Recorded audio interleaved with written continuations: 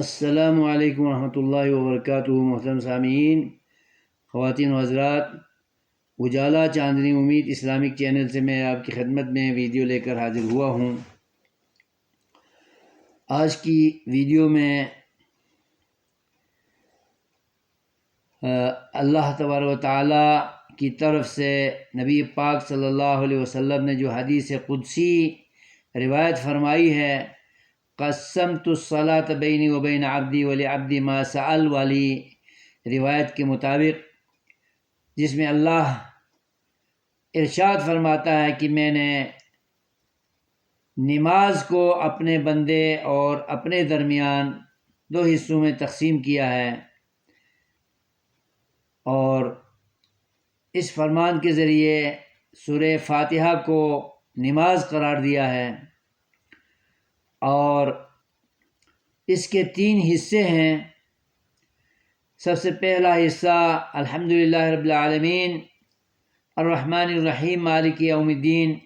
یہ 3 آیات اللہ کی توصیف، تحمید، تمجید، عظمت و کبریائی پر مشتمل ہے۔ ان کے ذریعے بندہ اللہ کی حمد و ثنا بیان کرتا ہے، تو اللہ فرماتا ہے کہ میرے بندے نے حمیدنی، میری خوب تعریف کی ہے، ومجدنی، اور میری عالی شان کو اس نے اپنی زبان سے اقرار کر کے میری تحمید کی ہے۔ اور دوسرا حصہ ایاک نعبد و ایاک نستعین ہے، جس کے بارے میں اللہ نے حدیث قدسی میں ارشاد فرمایا ہے، ھذا بینی و بین عبدی، یہ حصہ میرے اور میرے بندے کے بیچ میں برابر کا حصہ ہے۔ بندے کا حصہ یہ ہے کہ بندہ یہ اقرار کر کے عابد اور ساجد ہونے کا اقرار کرتا ہے کہ وہ اللہ ہی کی عبادت کر رہا ہے اور اللہ کے حضور سجدہ ریز ہو رہا ہے اور ہوتا رہے گا۔ اور اللہ کا حصہ یہ ہے کہ اللہ کو معبود جان کر، عبادت کے لائق اور مسجود جان کر، سجدوں کے لائق اور زیبا جان کر، وہ توحید باری تعالیٰ کا اقرار کر رہا ہے، جو کہ اللہ کا حصہ ہے۔ اور استعانت کے عنوان میں بھی بندہ مستعین بن کر اور نیازمند بن کر، محتاج بن کر، خالی ہاتھ اپنے آپ کو سمجھ کر، اپنے سے اعلیٰ ذات، بادشاہ اور ہر قسم کا اختیار و اقتدار رکھنے والے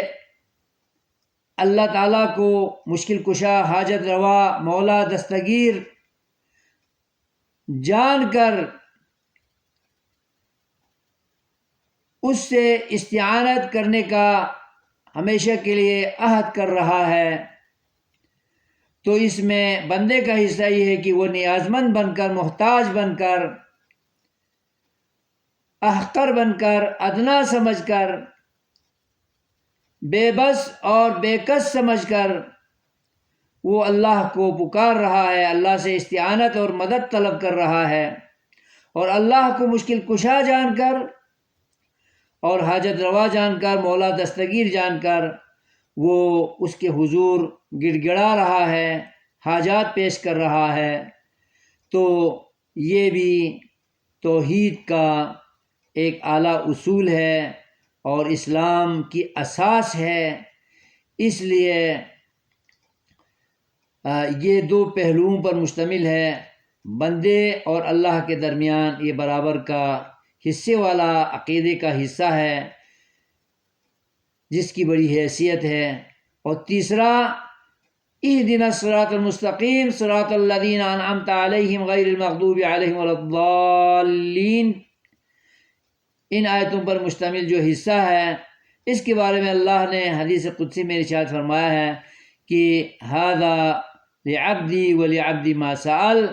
یہ حصہ مکمل طور پر بندے کا ہے، اور بندہ ان الفاظ میں، اس انداز میں، اس اسلوب میں اور اس ترتیب سے جب وہ اللہ سے لو لگا کر، مخلص ہو کر، دل کی گہرائیوں سے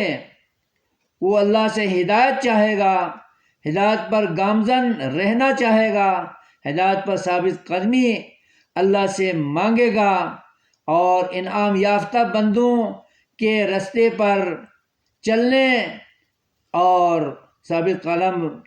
رہنے کی التجا کرے گا، اور ملعون اور لعنت و پھٹکار کے قابل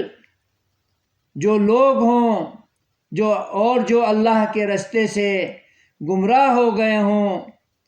بھٹک گئے ہوں، ضلالت کا شکار ہوئے ہوں، ان سے بچنے کے لیے اللہ سے التجا کرے گا، اللہ سے مطالبہ کرے گا، درخواست کرے گا، استدعا کرے گا، تو پھر اللہ رب العالمین بندے کی مانگی ہوئی دعا کو، جس میں وہ خیر ہی مانگ رہا ہے اور خیر سے ہمیشہ جڑے رہنے کی خواہش کا، ارمان کا اظہار کر رہا ہے، تو اللہ تبارک و تعالیٰ کا وعدہ ہے کہ وَلِعَبْدِي مَا سَأَلَ، بندے کے لیے وہ کچھ مل جائے گا جو وہ اپنی اس عظیم اور بہترین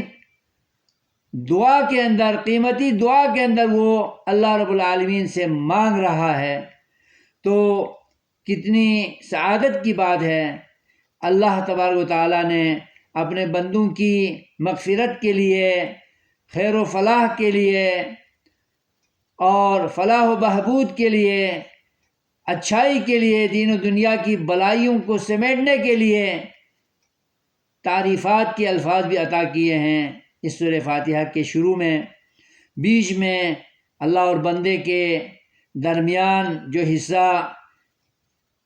عبادت اور استعانت، صرف اللہ ہی سے وابستہ ہونے کا پہلو اللہ نے عطا کیا ہے، اور آخر میں اللہ یہ ہمیں سمجھانا چاہ رہا ہے کہ بندہ اللہ کی تعریف کرنے کے بعد، اللہ کو اپنا عہد و پیمان عبادت اسی کی کرنے کا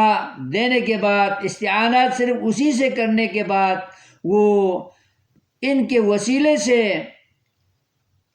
جب اللہ سے خیر مانگے گا اور فلاح مانگے گا، نجات مانگے گا، امن و امان مانگے گا، تو پھر اللہ تبارک و تعالیٰ اس کے سارے مطالبے منظور فرماتا ہے اور قبول فرماتا ہے۔ اللہ تعالیٰ ہمیں ان گزارشات کو، ان فرامین کو اور اس درس و تدریس کو، ان مواعظ حسنہ کو، ان تعلیمات مقدسہ کو خوب سمجھ کر دلوں میں، دماغوں میں، خیالوں میں اسے راسخ کرنے، اسے بسانے اور عمل پیرا ہونے کی توفیق عطا فرمائے، آمین۔ والسلام علیکم ورحمۃ اللہ وبرکاتہ۔